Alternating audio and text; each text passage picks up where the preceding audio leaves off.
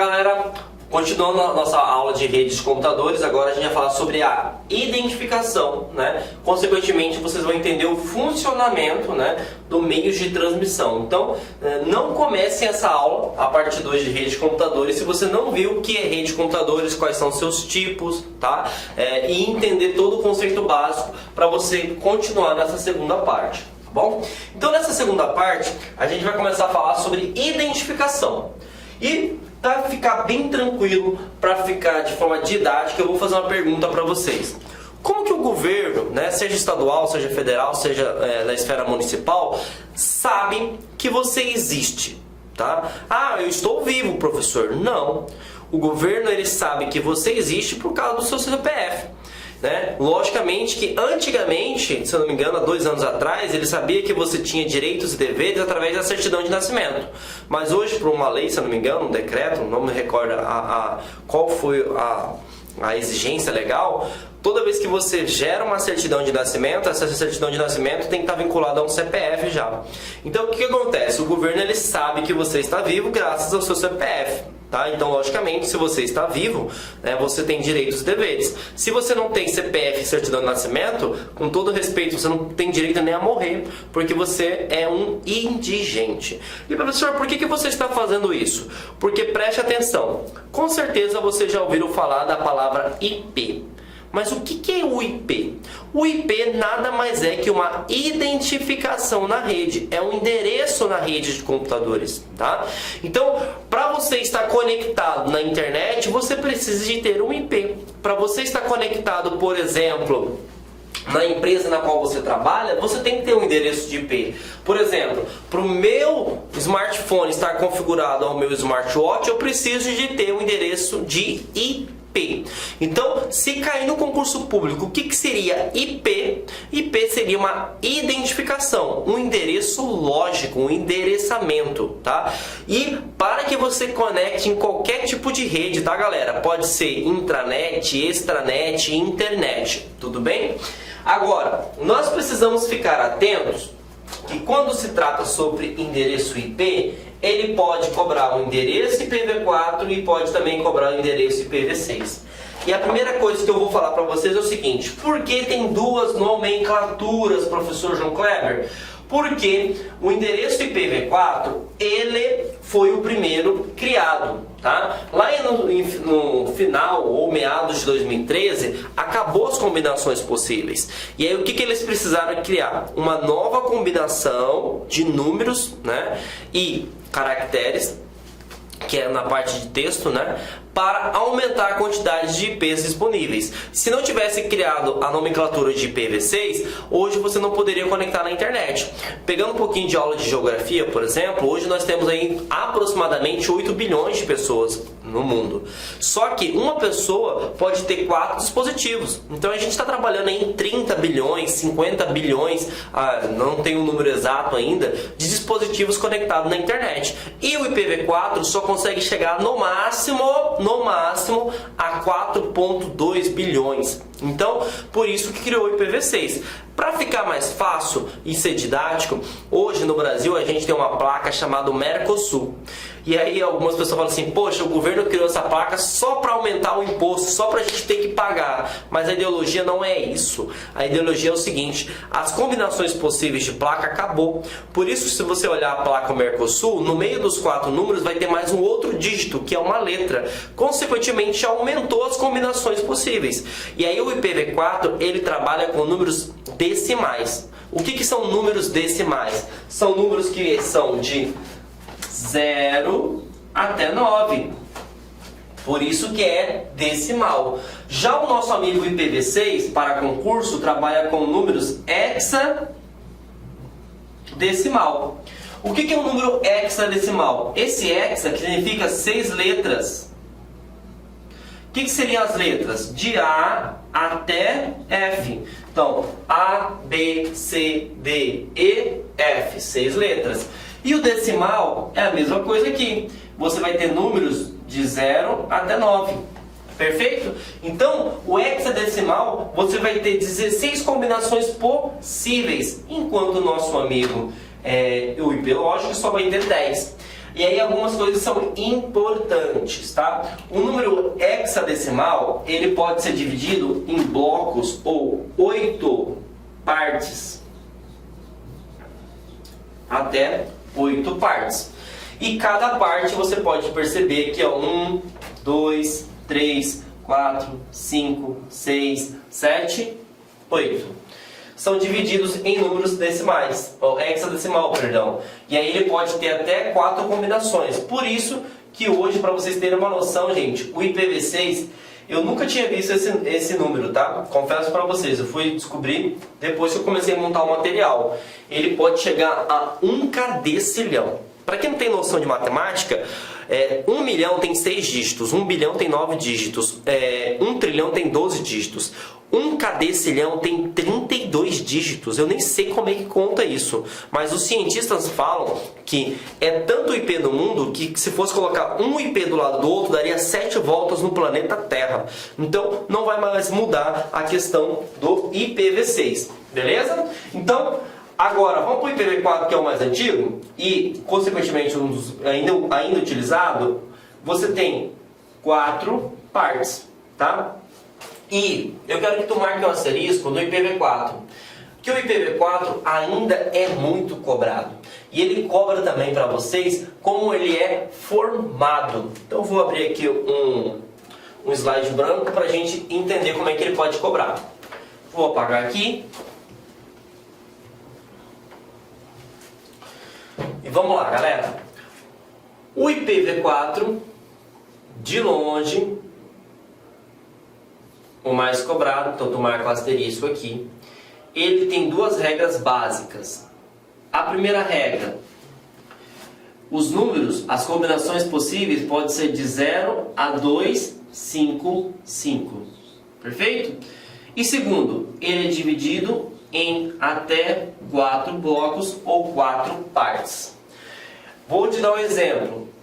10.0.0.1. A banca pode perguntar, a partir dos conceitos de redes de computadores, este aqui é um IP válido? E aí a gente vai falar o seguinte, vamos ver se é válido. Primeiro, ele é dividido em 4 partes? Vamos ver. Primeira parte, segunda parte, terceira parte, 4 partes. Então a primeira regra foi alcançada. Qual é a segunda parte? Cada bloco ou cada parte tem que estar entre 0 a 255. Aqui está entre 0 e 255? Está. Aqui está entre 0 e 255? Está também. Aqui está entre 0 e 255? Está também. E aqui está entre 0 e 255? Está também. Tá bom? Professor, me dá um exemplo de um IP errado aí? Claro que eu te dou. 192.168.100. E vou te dar este também, ó. 192.257.10.10. Beleza? Então vamos para o primeiro exemplo errado.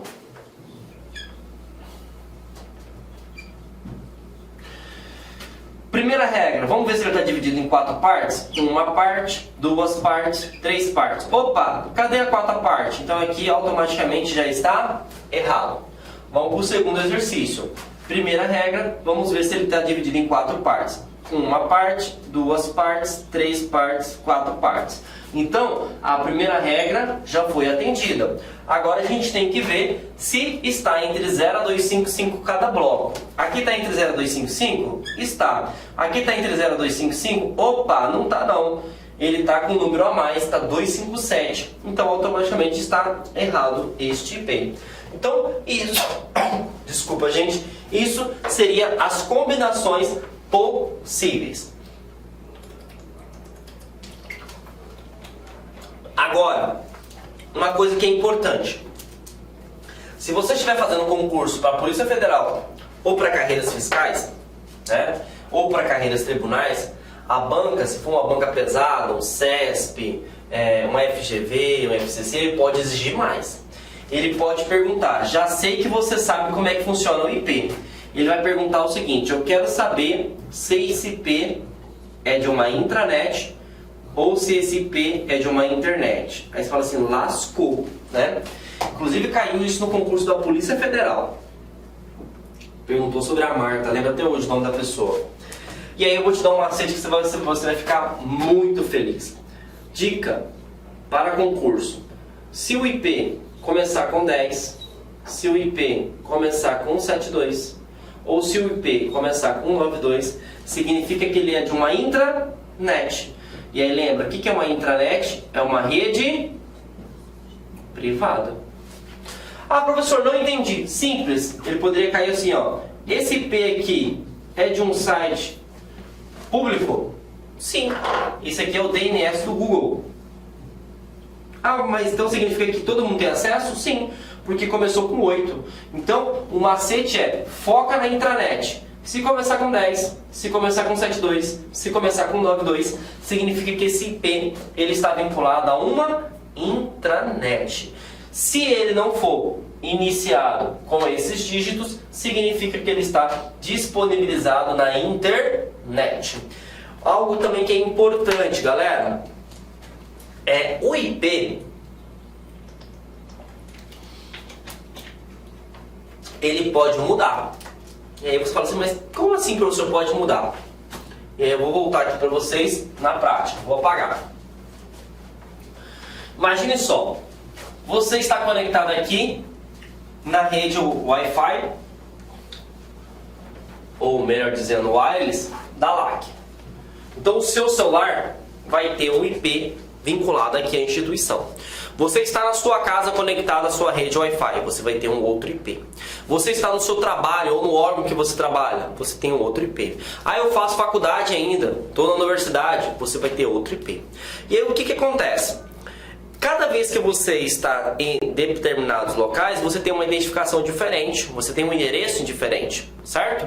E aí imagine o seguinte, que você venha cometer um crime, né? Um crime de injúria, difamação, enfim, na internet.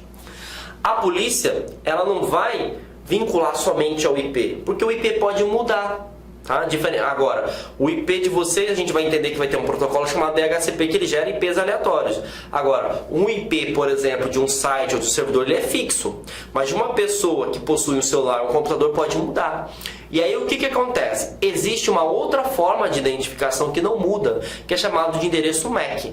Para ficar fácil, eu quero que você foque aqui, ó. O endereço IPv6 ou endereço IPv4, você vai imaginar que seja a placa do seu carro.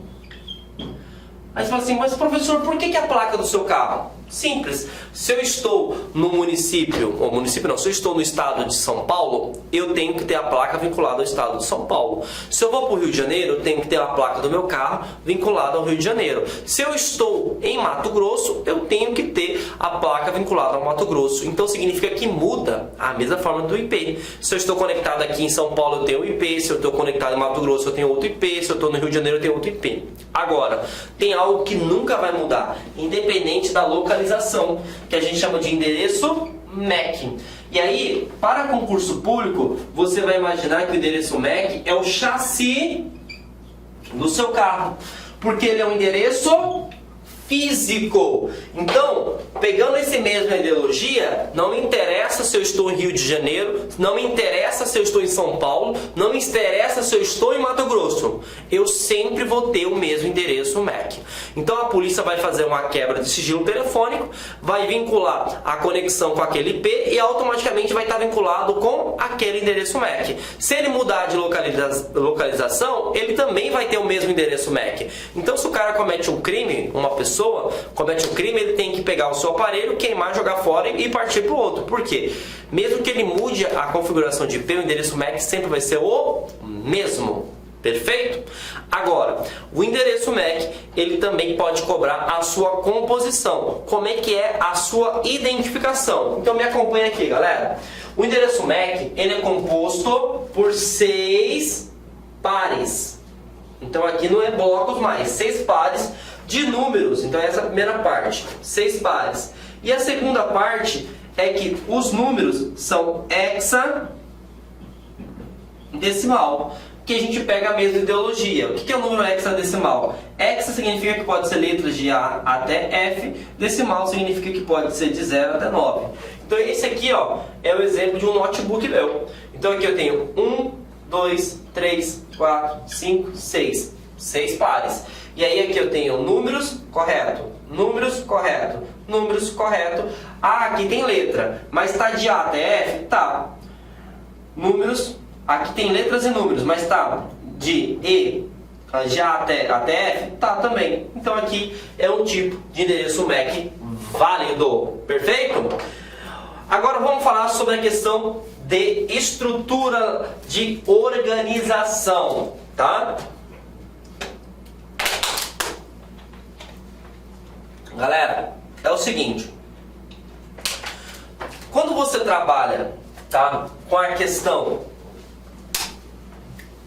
de redes de computadores, normalmente quando você fala com alguém que não tem conhecimento, a pessoa fala assim: ah, fulano de tal cometeu um crime, xingou, né? Agora tem questão de preconceito, homofobia, né? Xenofobismo, enfim. E a pessoa fala assim: ah, não vai dar nem nada, né? Porque a internet, as redes de computadores é uma terra sem lei. Não é assim as coisas não, tá? Por quê? Você pode ser julgado e você pode ser penalizado. E aí eu vou fazer uma associação para ficar algo fácil para ti, tá? Quando você faz um concurso público, você precisa entender sobre uma disciplina chamada Direito Constitucional. O que é o Direito Constitucional? Ele vai falar o que é uma lei e depois ele vai falar o que é a Constituição Federal. Perfeito? O que é uma lei? Uma lei é uma normativa. Você gostando ou não, você tem que seguir.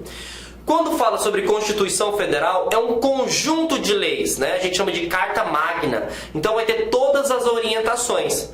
E aí todas as leis, seja de esferas municipais, estaduais, elas têm que estar a contento, têm que obedecer essa Carta Magna. Beleza? Por que eu estou falando isso para vocês? Porque se você souber disso, você vai tirar 10 no seu concurso. Por quê? Lei é uma normativa. Para a computação, nós também temos leis, só que não se chama lei, se chama protocolo, tá? E, assim como vocês têm a Constituição Federal para dar ordem e progresso ao nosso país, nós também temos a nossa Constituição Federal, que é o TCP/IP, tá? Professor, me dá um exemplo. Claro que eu te dou exemplo. Vou te dar um exemplo do mundo real e vou te dar um exemplo do mundo cibernético. Perfeito? Preste atenção. Nós estamos entrando no período de queimadas, né, aqui em Mato Grosso. Né? Então o que acontece? Nós estamos no período agora da seca, tá? E queimadas é crime. Perfeito? Então se eu vou lá, vou colocar um fogo, por exemplo, lá para queimar as folhas no quintal da minha casa e infelizmente pega fogo em tudo e vai passando para outras casas. Eu vou responder por crime ambiental, beleza?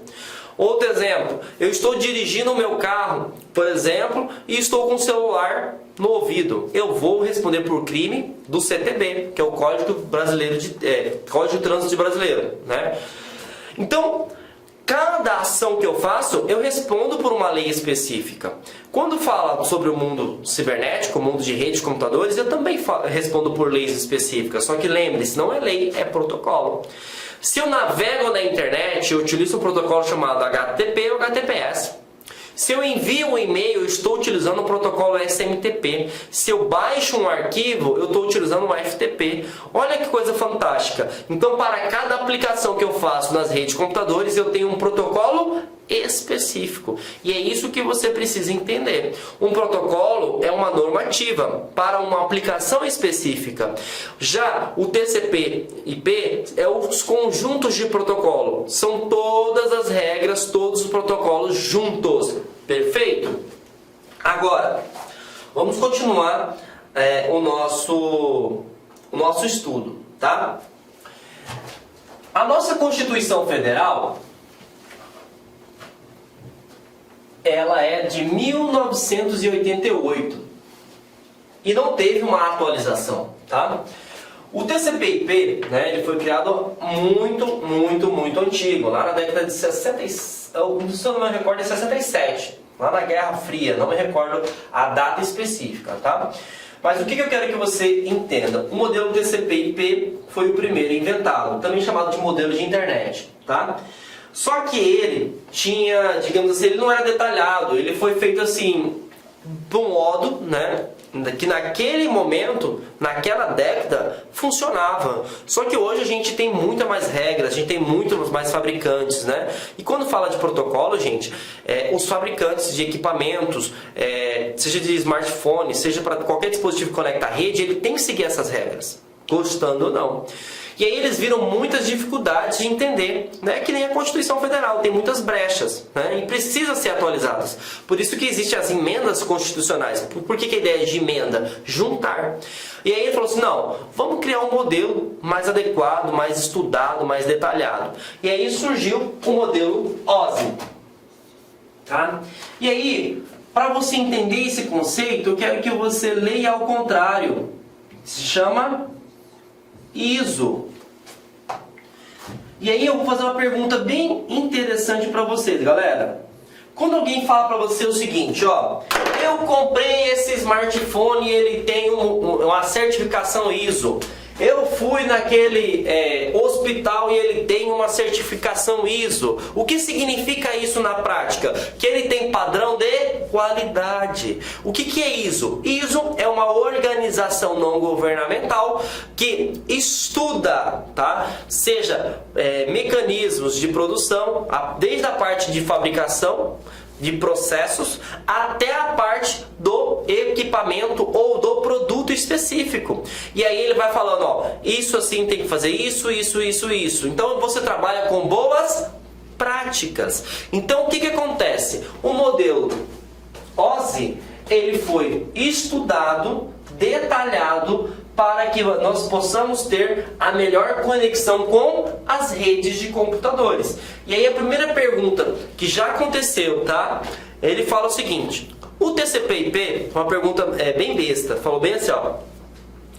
O modelo TCP/IP, também conhecido como modelo internet, foi o primeiro, né, tipo de estrutura para controlar as conexões de rede de computadores. Ok.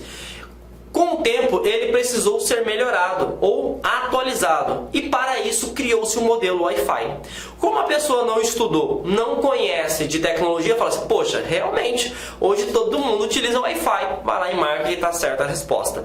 E aí a gente cai, né, na questão de não saber. Então o modelo OSI foi a evolução do modelo TCP/IP. Perfeito? Agora, vou trazer uma imagem que é bem interessante para vocês. Nós temos dois tipos de modelos aí. Nós temos o modelo de referência OSI e o modelo TCP/IP. Primeira coisa que vocês precisam entender. Tudo que eu faço com este modelo, eu faço com este modelo. Ah, professor, não entendi. Simples. Lembra que eu te dei o exemplo do hospital? Tá? Eu vou ser atendido no hospital. Lá no hospital vai ter enfermeiro, vai ter técnicos de enfermagem, vai ter médicos, enfim. Vai ter farmacêuticos, fisioterapeutas e assim por diante. Eu vou num hospital que tenha, digamos assim, não tenha certificação. Eu vou ser atendido, correto? Eu vou no outro hospital que tem certificação, eu vou ser atendido também, galera? Claro que eu vou ser atendido. Só que, quando eu falo assim, eu vou naquele hospital X, porque ele tem certificação ISO. Então, automaticamente, que lá os processos são bem detalhados, eu consigo entender tudo que funciona, tá? Mas eu também tenho que entender que não é porque a empresa não tem a certificação ISO que ela seja ruim. Mas, se ela tem a certificação ISO, significa que é uma empresa mais madura, que ela está pensando na questão de qualidade, tá? Então, se falar no concurso público que o modelo TCP/IP não funciona, tá errado. Tá? Se falar que o modelo OSI não funciona, tá errado, porque tudo que esse cara aqui faz, esse cara aqui também faz. E por que eu trouxe desta forma para vocês, tá? Preste atenção. O modelo OSI, que é baseado na ISO, ele é mais detalhado, ele estuda as funções de forma profunda. E aí o que ele fez? O modelo TCP/IP, assim como o modelo OSI, ele é dividido em camadas. Camadas nada mais é do que fases. Então, também pode cair no concurso público como etapas. Quando você, galera, vai acessar, por exemplo, uma aplicação, ele vai passo a passo, passo a passo, passo a passo, passo a passo. Então a informação não é assim, ó, saiu do meu celular, já está lá no servidor da LAC. Não, ele segue um rito, ele segue um fluxo, ele segue uma camada. E essas camadas podem cair no concurso público, tá bom? Mas eu vou passar passo a passo para vocês identificar no seu concurso e marcar a resposta correta. Perfeito? Então vamos lá. Primeira coisa, pode cair no concurso público a questão de numeração. Então eu tenho a camada 7, 6, 5, 4, 3, 2, 1. E aí ela é decrescente, esse é o foco. Então você começa da aplicação até chegar na física. Eu vou explicar para você o modelo de referência OSI, porque ele é maior, mas tudo que eu faço com este cara, eu faço com este cara aqui também. Tudo bem? Então vamos lá. A camada aplicação. O que seria isso, essa camada aplicação? É aqui, gente, que você vai ter contato com os apps. Ah, professor, me dá um exemplo aí. Então é na camada aplicação que você vai acessar o Google Chrome, o seu Skype, o seu Hotmail, o seu Outlook, tudo bem? Então a camada aplicação, como o próprio nome já induz, você vai abrir o seu aplicativo, perfeito? A camada apresentação, palavra-chave, aqui galera, você vai fazer a parte de compressão mais a parte de criptografia. Essas são as duas palavras-chave que tu vai ter. Professor, me explica assim, o que pode cobrar na camada apresentação? Fiquem atentos. Eu abri o aplicativo, eu estou utilizando o meu celular, certo? Então abri o aplicativo, imagine o seguinte, que eu estou abrindo o aplicativo do Google Drive ou de um navegador. O meu celular utiliza, um sistema operacional Android, mas eu também posso ter um outro celular que utiliza o sistema operacional iOS. Então são sistemas operacionais diferentes. Então o que eu faço? Eu faço a compressão, eu faço a conversão de sistemas operacionais. Outra coisa, toda a informação que é transmitida, vamos pegar o exemplo do WhatsApp, ela tem a criptografia. Então os dados, eles são criptografados. Então o que acontece? Quando você acessa a camada da aplicação, você vai transmitir os dados. Só que aí passa para a camada apresentação e já é criptografado. Para quê? Para que as pessoas que estão utilizando as redes de computadores não consigam identificar qual é o teor da informação. Beleza? Próximo, nós vamos para a camada seção. A camada seção, ela é responsável, palavra-chave, para estabelecer a conexão. Então ele vai pegar, por exemplo, a conexão entre o meu celular e o servidor que está armazenado no WhatsApp. E aí ele estabelece a conexão. Ah, caiu a conexão, por exemplo, do WhatsApp, aparece lá que não está conectado. Então quem que é responsável, qual que é a etapa responsável por estabelecer a conexão? É a camada seção. Então ele identifica o dispositivo e visualiza se eu estou conectado ou não. Desde a conexão até a reconexão. Perfeito? Próxima camada. Estabelecer conexão. Transporte, gente. A transporte ela é muito importante, tá? Porque a camada transporte, ela vai fazer... Desculpa, gente. Ela vai fazer a parte de estabelecer, o mapeamento, da conexão entre você até o destino. E por incrível que pareça, a própria camada já tem o nome, transporte. Por quê? Ele vai fazer, digamos assim, a rota, acho que você pode colocar a palavra rota, da origem e do destino. Então, por exemplo, eu quero acessar, por exemplo, o site da LAC. O que a camada transporte vai fazer? Ela fala o seguinte, ó, esse celular, essa é a origem. Eu preciso chegar no destino, que é o servidor da LAC. Então ele vai traçar a rota para mim. Perfeito? Então dentro da camada transporte, você vai conseguir fazer esse tipo de operação. E aí uma coisa importante, é dentro da camada transporte, deixa eu até abrir um slide branco aqui. Você vai ter dois protocolos importantes, o TCP e o UDP. Beleza? O TCP, ele é responsável por transportar, assim como o UDP. Só que o TCP, ele vai enviar e vai retornar se teve êxito na conexão. O UDP só envia. Se o cara recebeu a mensagem, não cabe a ele julgar, tá? Então, o UDP ele é mais rápido, só que ele não é tão seguro, porque você não sabe se teve conexão ou não. Já o TCP, ele é mais seguro, tá? Bom, e aí nós vamos para a camada rede. Na camada rede, você vai ter a segurança, tá? Que os dados foram transmitidos. Por quê? Aqui, além de fazer o roteamento, ele vai validar se a transmissão foi realizada com sucesso. Então é dentro da camada rede que você verifica, tá, se foi transmitido com sucesso. Eu esqueci de falar outra coisa importante.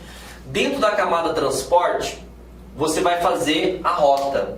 Só que para estabelecer a rota, todas as camadas anteriores precisam estar com o seu fluxo, né, ok.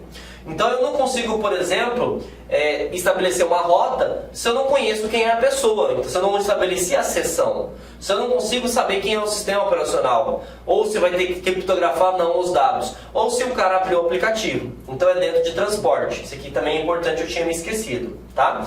E a rede é, digamos assim, o cara que vai fazer assim, ó, checklist. Enviou, recebeu? Opa, beleza. Para verificar se enviou ou recebeu, ele tem que ir lá no local de origem e validar se foi recebido ou não, né? Na verdade, origem e destinatário. Então ele valida, ele cria o endereçamento de IP, o IP que envia, o IP que recebe e vai validar. Recebeu? Recebi. Então ele retorna trazendo a resposta positiva. Perfeito? E a camada dados, fiquem atentos que alguns concursos podem cobrar também a palavra, vou até colocar aqui a palavra enlace. Ela é responsável por fazer o endereçamento.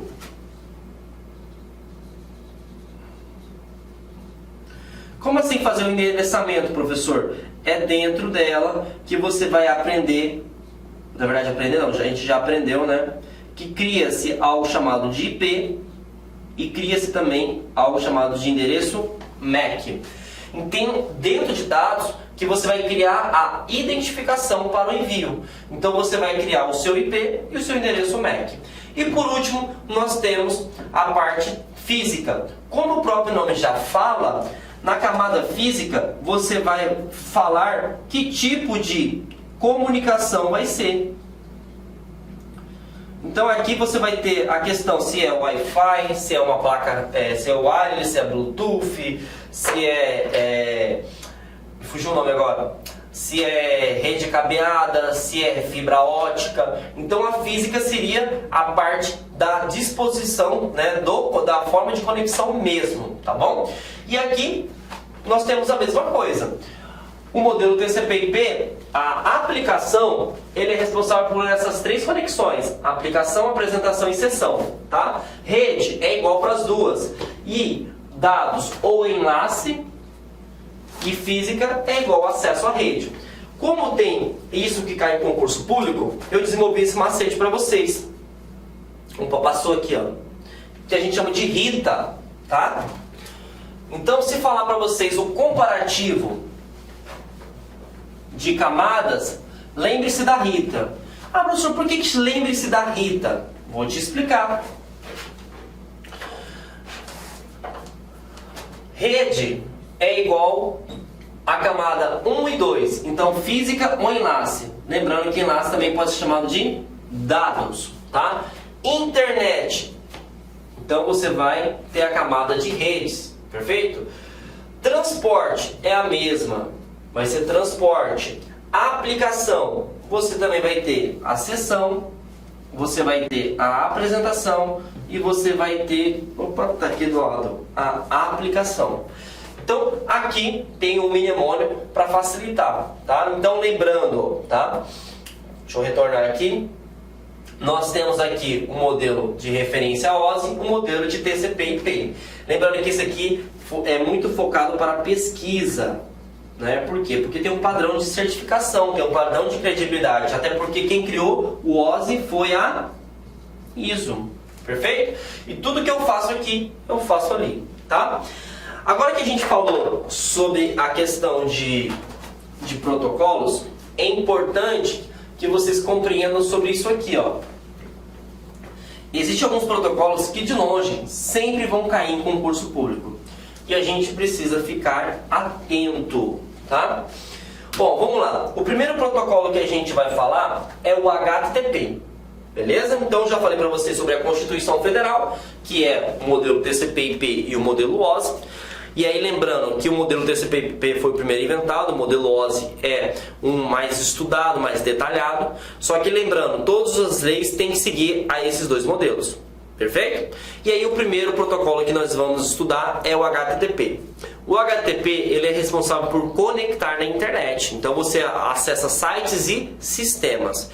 Fiquem atentos. O HTTP, ele navega na internet de forma geral. Então ele não tem, digamos assim, um garantidor se ele é seguro ou não.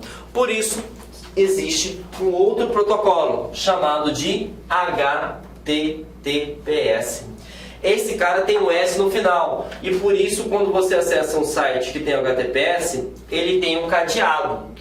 Só que esse cadeado, você precisa saber o nome que está aqui dentro, que é chamado de certificado digital. Professor, o que seria um certificado digital? Vou fazer uma pergunta de forma didática para vocês fazerem uma associação. Qual é a função de um cartório hoje? Aí você fala assim, é registrar. Mas o termo correto não é registrar. Um cartório hoje existe para dar legitimidade de fé. Na verdade, eu vou falar uma coisa que vocês vão ficar até meio que espantados. O cartório existe só porque nós somos a pior raça do mundo, que é o ser desumano. O cartório existe para falar o seguinte: eu sou o professor João Kleber e vocês são meus alunos. Então, se eu vou vender meu carro para vocês, por exemplo, eu tenho que ir no cartório. Para quê? Para eu falar que eu não sou estelionatário e nem vocês que estão me assistindo. Amigos, inicialmente eu peço licença a vocês, pois interrompi os seus estudos. Mas esse vídeo é um vídeo promocional da Lá Concurso, é um vídeo para você se deparar aqui com o nosso site. Se você quiser assistir o final desse vídeo, se você quiser assistir o PDF, quer fazer o curso completo, ponto a ponto do edital, super atualizado, enxuto, eu convido você a se matricular no nosso curso, tem um link aqui embaixo, o investimento apenas R$ 119,90. Para de reclamar aí que eu cortei o vídeo, cara, vai lá, tira o escorpião do bolso. Ah, não tenho, mentira, não acredito nisso, R$ 119,90. Esse curso fabuloso aqui da Lá Concursos, o melhor custo-benefício do mercado. Ali você vai encontrar, tá certo, todo o conhecimento necessário e suficiente para você ser aprovado no concurso da Guarda Civil. Só depende de você. E ainda, você tem ainda a nossa metodologia do Personal Coach, que é o estudo e regime de metas. Bacana? Vamos lá, vem estudar com a gente aqui na Lá Concurso. Forte abraço, fique com Deus. Tchau, tchau.